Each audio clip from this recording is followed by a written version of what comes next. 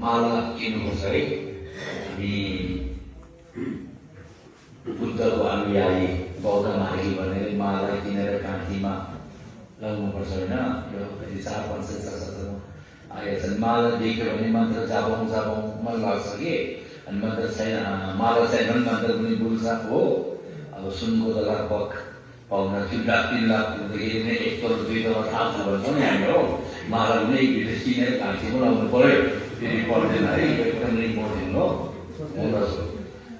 अब हामी यसरी आज यो गुरु मुर्सेको मूर्ति स्थापना गर्नेमा अब नेपाल सरकारदेखि लिएर 3 ताको सरकार विभिन्न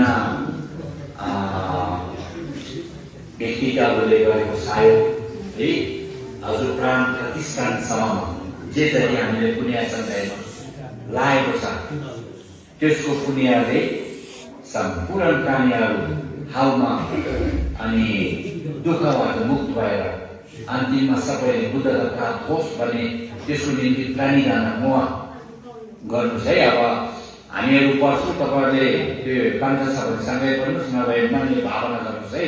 यो पुण्यले सबै प्राणीको उद्धार होस्, कल्याण होस्, मोक्ष प्राप्त होस् भनेर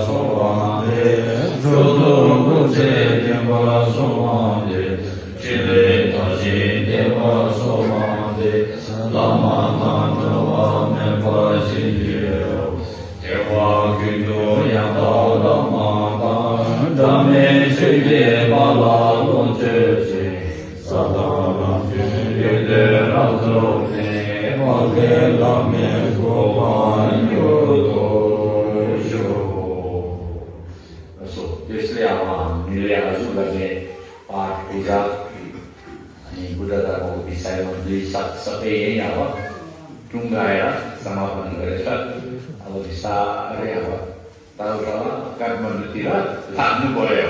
अनि तपाईँहरूले यसरी धर्म सुन्नुभयो, यसरी यो प्रोग्राममा आउनुभएको सबैलाई बुद्ध धर्मप्रति चासो राख्दो रहेछ, चाहँदो रहेछ भनेर अनि मैले धेरै धन्यवाद भन्न चाहन्छु।